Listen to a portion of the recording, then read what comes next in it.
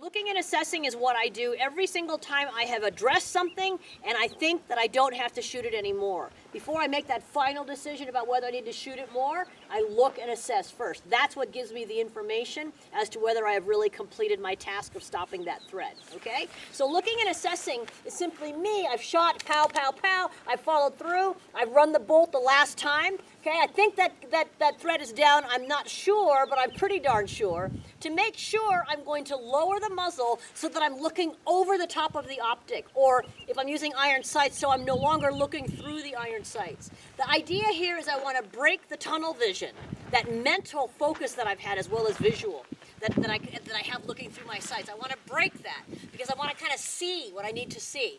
Look and make sure that that threat is the way I want it to be. All right? Get a good look at it. Once I'm sure that I'm satisfied that that threat is no longer a problem, now I'm going to assess. I'm going to assess around me.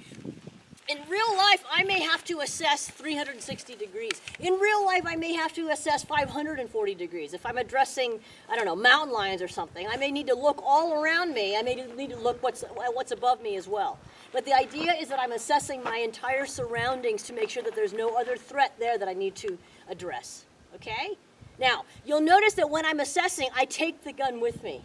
Is that a safety violation? Not at all. I've just shot something. I've just had to shoot something in a defensive situation. There's every reason to think I might have to shoot again or something else, right? Mario will tell you that two-legged bad guys often are in more than ones. And certainly four-legged predators often work in more than ones, right? You just never know what's out there.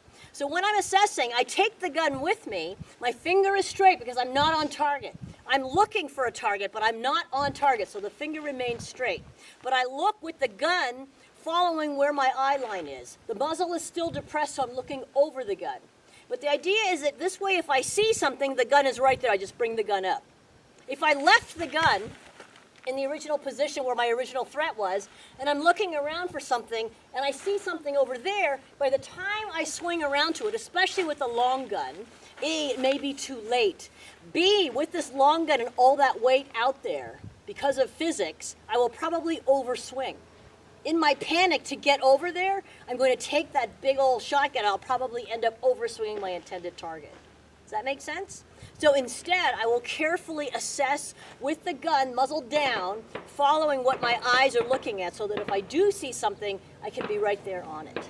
So from now on, if I ask you to shoot one round, you shoot that one round, you follow through like Mario said, you reacquire that sight picture, you're ready to shoot again. If you think you don't need to shoot again, look first and assess second, and then you can relax and wait for what happens next. If Mario tells you to shoot 2 rounds, you fire those 2 rounds, following through after every round, and then you look and assess. Okay? In real life, whenever you think you're finished, you are not until you've looked and assessed, and you're sure that there's nothing else that needs to be addressed.